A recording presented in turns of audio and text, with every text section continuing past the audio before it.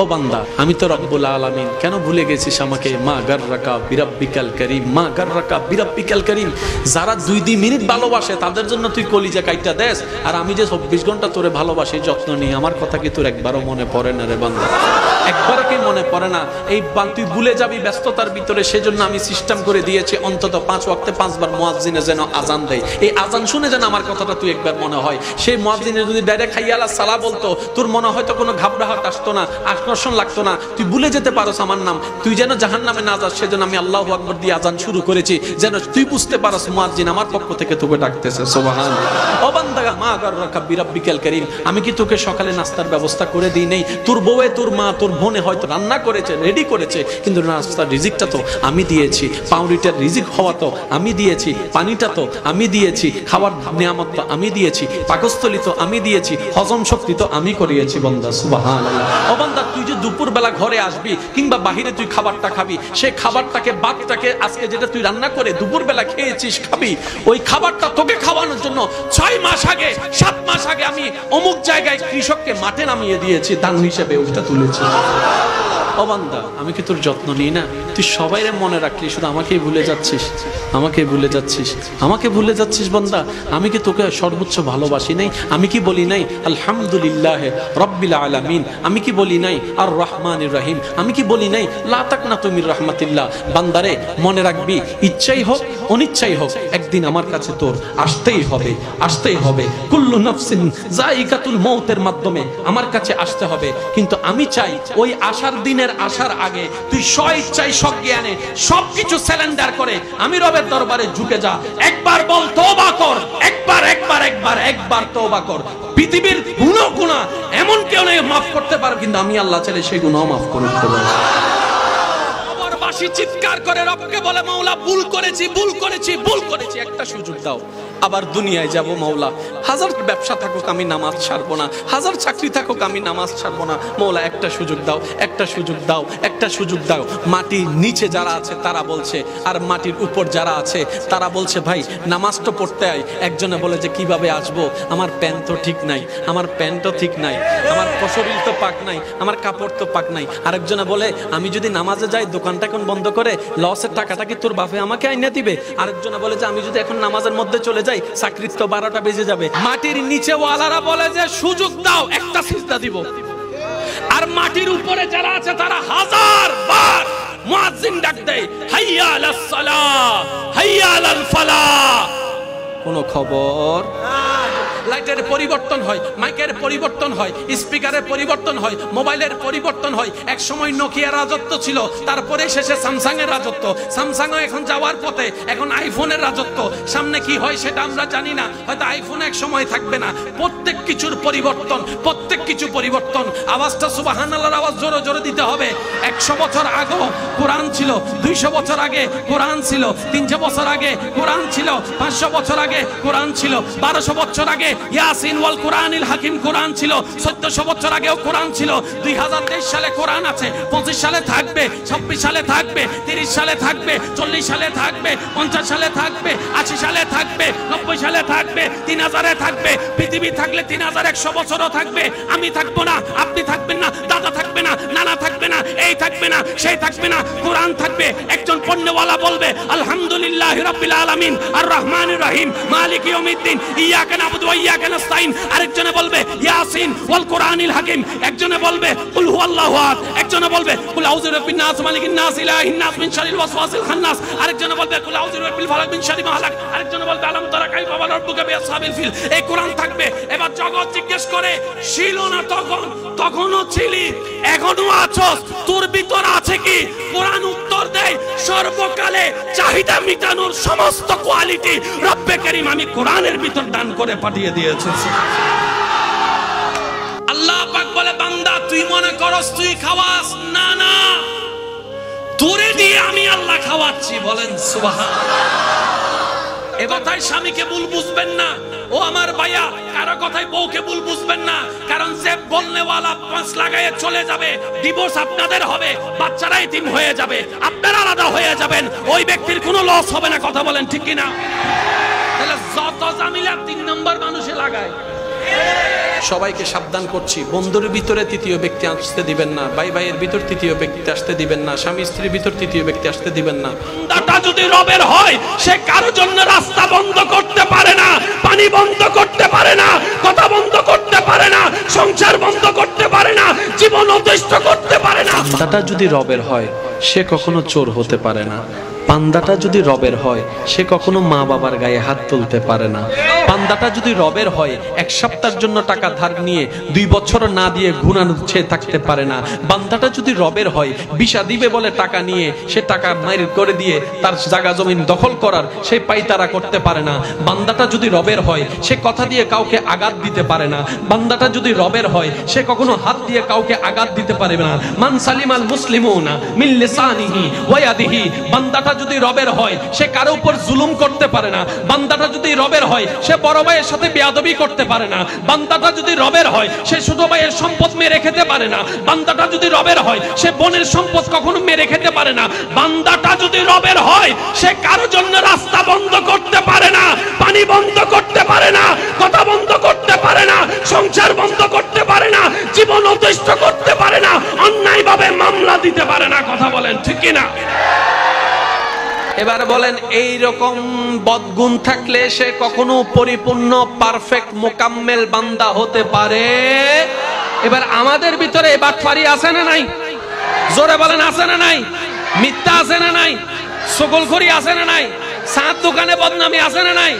সুন্দর করে দলিল জাল দলিল দিয়ে জায়গা দখল করা আছে না নাই? সুদ আছে না নাই? ঘুষ আছে না নাই? মা বাবার সাথে চোখ রাঙ্গায় কথা বলা আছে না নাই? ছোটদের জায়গা দখল করা আছে না নাই? সুন্দর করে আইল কাটার অভ্যাস আছে না নাই? দেওয়াল তোলার সময় 1 ইঞ্চি ঢুকাই দেওয়ার অভ্যাস আছে না নাই? টাকা দান নিয়ে না দেওয়ার অভ্যাস আছে না নাই? সুন্দর করে ব্ল্যাকমেইল করার অভ্যাস আছে না নাই? প্রেম প্রীতি করে অবৈধ সম্পর্ক করার মানুষ আছে না নাই? তো এগুলা তো কখনো আল্লাহর বান্দার চরিত্র হতে পারে না। জোরে জোরে জোরে জোরে এবার বলেন আপনি আমি কে? উত্তর কি জানেন? বান্দা রবের, কিন্তু এখনো পরিপূর্ণ হতে পারি নাই। আমার কথায় কি কষ্ট নেই না? আমি হাত জোর করে মাপ চাচ্ছি। আমি প্রথমেই বলেছি বলবো আপনাদেরকে, কিন্তু শোনাচ্ছি আমি আমার নফসকে। কারণ এই নফস যখন কন্ট্রোলে চলে আসবে কলবের নূর তখন আলোকময় হয়ে উঠবে। সুবহানাল্লাহ। আমি কারো পক্ষেও নয়, আমি কারো বিপক্ষেও নই। আমাকে যারা ভালোবাসেন তাদেরকে আমি অনুরোধটুকু করব, সর্বদা নিজের নফসের বিপক্ষে থাকবেন, কলবের পক্ষে থাকবেন। জয় আপনার আসবেই আসবে। সুবহানাল্লাহ। চেহারাটা একটু শ্যামলা, চেহারাটা একটু কালো, কিন্তু তার চেহারার দাগটা এমন মায়া লাগা যায়, মায়া লাগা যায়। রাগ উঠলো রাগ দেখাইতে পারি না, আঘাত করার ইচ্ছা থাকলো আঘাত করতে পারি না। যখন সে কান্না করে অন্তরটা ফেটে যায়, এমন মায়া লাগে। এই মায়াটা আসতে হয় রবের দরবার থেকে। চিৎকার দিয়ে বলেন না সুবহানাল্লাহ। যেই 2 ওয়াক্তে সূর্য নাই আলো আছে, ওই 2 ওয়াক্তের নামাজকে আল্লাহ 4 রাকাত করে দেয় নাই। একটাতে 2 দিয়েছেন, একটাতে 3 দিয়েছেন। ও নামাজি ভাই, কখনো কি ভাবার প্রয়োজন মনে করেছেন আল্লাহ দিলেন তো এভাবে দিলেন কেন? আরো সহজ করে বুঝার জন্য বলছি, যাতে বুঝলে অঙ্ক কঠিন হলো সহজ হয়ে যায়, ব্যবসা কঠিন হলো বুঝলে সহজ হয়ে যায়, কাজ কঠিন হলো বুঝলে সহজ হয়ে যায়। নামাজটা কঠিন নয়, বুঝতে পারলে রবের প্রতি প্রেমটা আরো বেশি বেড়ে যাবে। চিৎকার দিয়ে বলেন সুবহানাল্লাহ। এবার আসুন, বান্দার মনে যে আঘাত দেয় এই আঘাতটা বান্দার মন পর্যন্ত থাকে না, আল্লাহর আরশ পর্যন্ত চলে যায়। সেজন্য আল্লাহর দিকে তাকাই, সৃষ্টিকে যে খুশি করে ষষ্ঠও তার উপর খুশি হয়ে যায়। তারা বলবে তোমরা যে দুনিয়াতে হাজার অপমান, হাজার অপবাদ, অর্থনৈতিক কষ্ট, পারিবারিক কষ্ট, সামাজিক কষ্ট, শারীরিক কষ্ট, অসুখের কষ্ট, বউয়ের কষ্ট, চাচার কষ্ট, জেঠার কষ্ট, বিভিন্ন কষ্ট সহ্য করো, আল্লাহর উপর এতরাজ করো নাই, কখনো আপত্তি জানাও নাই, সবসময় বলেছো হাসি মুখে আলহামদুলিল্লাহ, আল্লাহ আমাকে যেভাবে রেখে খুশি আমি সেভাবে থেকে খুশি, আল্লাহর উপর সবসময় খুশি ছিলাম।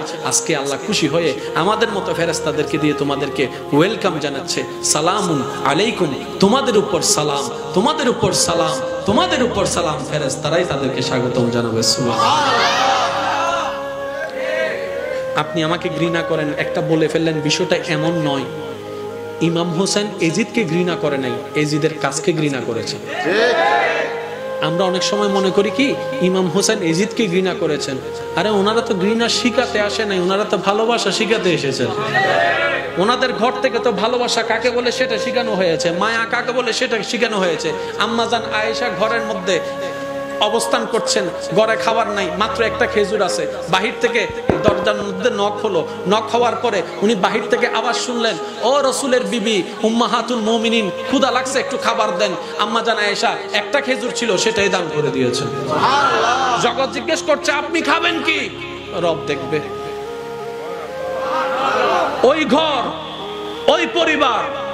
ইমাম হুসাইন অহংকার শিখাতে আসেনি, হিংসা শিখাতে আসেনি, ভালোবাসা শিখাতে এসেছেন। ইমাম হুসাইন এজিদের সাথে বিষয়টা কি ছিল? এজিদ এমন কাজকে প্রশ্রয় দিচ্ছে যেটা আল্লাহ পছন্দ করে না, রসুল পছন্দ করে না। ইমাম হুসাইন বলে যে আমার আল্লাহ এবং রসুল যেখানে পছন্দ করে না সেখানে তো আমি হুসাইন পছন্দ করতে। এই আজানদার দেয় প্রত্যেক ওয়াক্তে ইমাম হুসাইনের কারবালা। আল্লাহু আকবার না হর সুবহানাল্লাহ না আজানদার দেয় হনো ডর আছে না, ইমাম হুসাইনের অবদান। একামতদার দেয় ইমাম হুসাইনের অবদান। ডর তো সারা নামাজ পড়তে যায় দিলে কিন্তু আদি জুমাত গিয়ে দেয় ইমাম হুসাইনের রক্তের অবদান। ইমাম হুসাইন একজনে হষ্ট ভাই আর বেগুনের মাথা উঁচু করে বাঁচিবে সুযোগ করে দিই। তবে আজ এত একটা হতো মনে রাখবেন কি রে মিস্টার এজিদ দিলে ফল কিনলেই দেয় বই বটি বেল্লাই আজ এত নিন ভাবিবেন দে শুধু এদুন বুট ফাইস তো খুশি দেখো না ফ্যাট বরি যাচ্ছ না যাচ্ছ না আদে না তুমি বেলায় বোধ এজিদে হদ দে ইবে কি তোরা এলাকার হুসাইন মনে করছিস না? ইবে কি তোরা বাড়ি হুসাইন মনে করছিস না? ইবে শেরে খুদা আলীর বেটা, ইবে হাসান ওর ভাই, ফাতিমাতুজ জাহরার ফুয়া, নবী রাহমাতুল লিল আলামিনের নয়নের মণি, সাইয়্যিদুশ শাবাব আহলিল জান্নাহ। ইবে তোমার আর হুসাইন মনে না করছো? ইবে হালা না মিলে ২২,০০০ রহম পড়ে যাব। সরর মন আচ্ছা ওনারা কি মনে হয় যে তারা আচ্ছা যুদ্ধ আগে না খবর আগাই খবর নলয় না বাজে গোপনে গোপন দে খবর যাতে লই ৭২ জন ইতে যাতে দল রেডি করার ফাটার ইবনে জিয়াদে যাতে দল ফাটার মানুষ পছন্দ করে না বিরো বয় দুঙ্গা জহর প্রশ্ন করছি না কর হন আবার ইমাম হোসেনের বাহিনীর বালাগরি গোড়া খানা ফানি ইতে তো বেগিন আছে। সপ্তাহে শনি থেকে বৃহস্পতিবার এবং শুক্রবার কোন দিনটা বেশি সুন্দর লাগে? আমি বলবো না আপনারা বলেন। সবাই মসজিদে যাচ্ছে দেখতে সুন্দর লাগে কি বারে? মসজিদ থেকে বের হচ্ছে দেখতে কি বারে সুন্দর লাগে? শুক্রবারে। কারণ এক এক মসজিদ থেকে নামাজ শেষ হয় সবাই একসাথে বের হয়। আর যখন ঈদের দিন হয় সবাই একদিকে চলে যায়, সবাই একদিকে চলে যায়, নামাজ শেষ করে একদিকে আসে। উপর থেকে যদি ড্রোন শট নিয়ে দেখেন আপনার মনটাই খুশি হয়ে যাবে আমার মুসলমান ভাইয়ের আসতেছে যাচ্ছে। বলেন না সুবহান। এবার বলেন সিডাংওয়ালার সাথে ঢাকার কোনো দেখা? ঢাকাওয়ালা মুসলমানের সাথে আফ্রিকাওয়ালার মুসলমানের দেখা, আফ্রিকাওয়ালা মুসলমানের সাথে ইন্ডিয়াওয়ালা মুসলমানের দেখা। এবার তারাও তো মুসলমান ধর্মের সংগঠনে আছে। এবার নবী বললেন বছরে একবার আল্লাহর নির্দেশে হজের ব্যবস্থা করে দিলাম। ইন্ডিয়াওয়ালা মক্কায় চলে যাও, পাকিস্তানওয়ালা মক্কায় চলে যাও, বাঙ্গাওয়ালা মক্কায় চলে যাও, আমেরিকাওয়ালা মক্কায় চলে যাও, আফ্রিকাওয়ালা মক্কায় চলে যাও, সুইজারল্যান্ডওয়ালা মক্কায় চলে যাও, নেদারল্যান্ডওয়ালা মক্কায় চলে যাও, অস্ট্রেলিয়াওয়ালা মক্কায় চলে যাও। বিভিন্ন দেশ থেকে সবাই হজের মধ্যে আরাফার ময়দানে এক জায়গায় হয়েছেন। সুবহানাল্লাহ। জুমাইশি দেখাওগি কারোর সাথে কারো দেখা নাই, জুমার সময় দেখা হয়ে গেল। কারোর সাথে কারো দেখা নাই, দুই ঈদে দেখা হয়ে গেল। কারোর সাথে কারো দেখা নাই, আরাফার ময়দানে সবার দেখা হয়ে গেল। সুবহানাল্লাহ। জগৎ জিজ্ঞেস করছে এই সিস্টেমটা এত সুন্দর একটা ডিজাইন, একটা রাষ্ট্রবিজ্ঞানের বিষয়, একটা কমিটিকে অ্যাক্টিভ রাখার মতো বিষয়, এ মুসলমান তোমাদেরকে এগুলা কে শিখাই দিয়েছে? এবার সমস্ত মুসলমান উত্তর দেয় আমাদেরকে আল্লাহর হাবিব নবী রাহমাতুল লিল আলামিন নবী, রাহমাতুল লিল আলামিন নবী আমাদেরকে এটা শিক্ষা দিয়েছেন। এবার ওনারা প্রশ্ন করে কিরে উনিও মানুষ আমিও মানুষ, আমার মাথায়ও বুদ্ধি আসলো না কেন? নবী রাহমাতুল লিল আলামিন বলে আরে আল্লাহ তো আমাকে তোমাদের মতো বানাই পাঠাই নাই। ওয়ামা ইউনতিকু আনিল হাওয়ায়ে ইন হুয়া ইল্লা ওয়াহিয়ুন ইউহা। আমি তো আমার জ্ঞান দিয়ে করি নাই, রবের দেওয়া জ্ঞান দিয়ে আমি করছি। রব আদেশ দিয়েছেন, আমি শুধু জারি করেছি। বলেন সুবহানাল্লাহ। মনে রাখবেন ইমানদার ভাইরা, আপনার জীবনে যখনই দেখবেন কষ্ট বলা মুসিবত বাড়তে আছে, আপনি বুঝে নেবেন আপনার রব আপনাকে কাছে ডাকতে যাচ্ছেন, আপনার রব আপনাকে কাছে ডাকতে যাচ্ছেন, আপনার রব আপনাকে কাছে ডাকতে যাচ্ছেন, আপনার গুনাহগুলোকে পরিষ্কার করার জন্য কষ্ট দিয়ে আপনাকে মাফ করে দিচ্ছেন। আপনি যদি ধৈর্য ধরতে পারেন সেই দিন রবের পছন্দ হয়ে যাবে। রব্বে কারীম বলবে ইন্নাল্লাহ মা'আস সাবিরিন, আমি রব ওয়াদা পরিপূর্ণ করার জন্য তোকে আজকে থেকে আমার বন্ধু বানিয়ে ফেলেছি। আল্লাহর এমন কোন বন্ধু নাই যার জীবনে কষ্ট নাই। আদম নবীর জীবনে দেখেন কষ্ট আছে, মুসা নবীর জীবনে কষ্ট, আইয়ুব নবীর জীবনে কষ্ট, ইব্রাহিম নবীর জীবনে কষ্ট, ঈসা নবীর জীবনে কষ্ট, ইমামুল আম্বিয়া আমাদের নবীর জীবনে ছোটকালও কষ্ট, বাল্য জীবনেও কষ্ট, যুবক বয়সেও কষ্ট, শেষ বয়সেও কষ্ট। ও নবী এত কষ্ট কেন? আপনি আপন করে নিলেন কেন? নবী বলে আমার আল্লাহ কষ্ট দিতে ভালোবাসে, আমিও কষ্ট পেতে ভালোবাসি। আর কোন আপত্তি আছে? আজকে থেকে বুঝেন কিংবা না বুঝেন কখনো আল্লাহর ব্যাপারে আপত্তি জানাবেন না। বুঝলেও বলবেন আলহামদুলিল্লাহ, না বুঝলেও বলবেন আলহামদুলিল্লাহ। আমি একটু শুনতে চাই, কি বলবেন? আর একটু ঈমানি আওয়াজে বলেন, কি বলবেন? বুঝলেও না বুঝলেও, পাইলো না পাইলো, পক্ষে হইল বিপক্ষে হইল, এক কথায় শেষ, মওলা তুমি যেমনে রেখে খুশি আমি সেমনে থেকেও খুশি। আমার কোন হা হুতাশ আফসোস কেন নাই? জগৎ যদি প্রশ্ন করে কি রে তুই আপত্তি জানাস না কেন, আপনি বলবেন আপত্তি করার মতো নিম্নতম যোগ্যতা লাগে। আমি নিজেই তো আমার না, আমার যা আছে সব বারাটিয়ার, আমার হাত আল্লাহর দেওয়া, আমি বারাটিয়ার অহংকার করার কোনো অধিকার। আপনি জানেন আল্লাহ আমাদেরকে কতটুকু ভালোবাসে? আমাদেরকে জান্নাত দেওয়ার জন্যই আল্লাহ পাক কত হাজার রাস্তা খুলে দিয়েছেন। আমি শুধু প্রশ্ন করব, যার যত শক্তি আছে উত্তর দিয়ে যাবেন। আমাদের আল্লাহ অতীত বর্তমান ভবিষ্যৎ জানে কি জানে না? আল্লাহ তাআলা কার আমল কেমন জানে কি জানে না? কে জান্নাতে যাবে কে জাহান্নামে যাবে জানে কি জানে না? কার সওয়াব বেশি কার গুনাহ বেশি জানে কি জানে না? তো জানান যদি আল্লাহ সবকিছু জানে, মরার পরে ডাইরেক্ট জান্নাতে দিয়ে দিত, জাহান্নামীকে জাহান্নামে দিয়ে দিত, কাজ তো শেষ। কিন্তু আল্লাহ পাক বলে জানা মরার পরে তাকে কবরে রাখো, আমি এখন জাহান্নাম দিব না, আমি এখন জাহান্নাম দিব না, আগে কবরে রাখো। এবার কবর থেকে আল্লাহ পাক যেদিন মন চাইবে হাসরের ময়দানে তুলবে, তোলার পরে ইয়া নফসি স্লোগান দিয়ে দৌড়াবে। আল্লাহ এত ঘটনা রাখলা কেন, এত কাহিনী রাখলা কেন? এতটুক আমাদের ঈমান বলে তোমার প্রত্যেকটা কাজের মধ্যে কোনো না কোনো কারণ আছে, তোমার প্রত্যেকটা কাজের মধ্যে কোনো না কোনো রহস্য আছে। কাউকে তুমি টাকা দিয়ে পরীক্ষা করো, কাউকে তুমি টাকা নিয়ে পরীক্ষা করো, কাউকে তুমি সন্তান দিয়ে পরীক্ষা করো, কারো থেকে সন্তান নিয়ে তুমি পরীক্ষা করো। মওলা এতটুক জানি তোমার প্রত্যেকটা কাজে কোনো না কোনো কারণ আছে। মওলা এত লম্বা একটা শিডিউল তুমি কেন দিলা? রব্বে কারীম বলে তোদেরকে বাঁচানোর জন্য। আরেকটু জোরে এবার আসেন, আমাদের আমলে আল্লাহর বিচার পরে, আল্লাহর বিচার পরে সত্যি করে নিজের বিচারে নিজে বলেন তো, আমরা কি জান্নাত পাওয়ার যোগ্যতা আছে? আমার নাই, আমার নাই। আমার মতো যে ফাফি আছেন তারা বলেন জান্নাত পাওয়ার মতো কোনো আমল আছে? কারণ আমরা একটা ভালো কাজ করলে 10টা বদনাম করি, সবকিছু শেষ করে দিই। একবার উপকার করলে 10 বার আয় নতাইলে তোর কি অবস্থা হইতো দে, আয় দিলাম দে ফোঁটা দিয়ে সবকিছু শেষ করে দিই। আমরা যদি একটু কারো জায়গায় নামাজটা পড়ি, শুক্রবারে 2 রাকাত, এশার পরে যা মন চায় তা করে সব আমরা নষ্ট করে দিই। ভালো করি যদ্দূর, খারাপ করি তার চাইতে বেশি। সওয়াবের সংখ্যা আমাদের কম, গুনার সংখ্যা বেশি। ইমানদার ভাইয়েরা আওয়াজ দিয়ে একটু বলুন তো, আমাদের আমলনামার যাত্রা শেষে আমরা জানি সত্যিকার একটা বলুন তো, আমাদের আমল দিয়ে যদি হিসাব করা হয় আমরা কি আসলে কেউ জান্নাত পাওয়ার যোগ্যতা আছে? আমার নাই, আমার নাই। আপনাদের কারো আছে? তাহলে আমরা সবাই কোথায় চলে যাব? জোরে বলেন না, কোথায় চলে যাব? আর একটু জোরে বলে কোথায় চলে যাব? জাহান্নামে চলে যাব।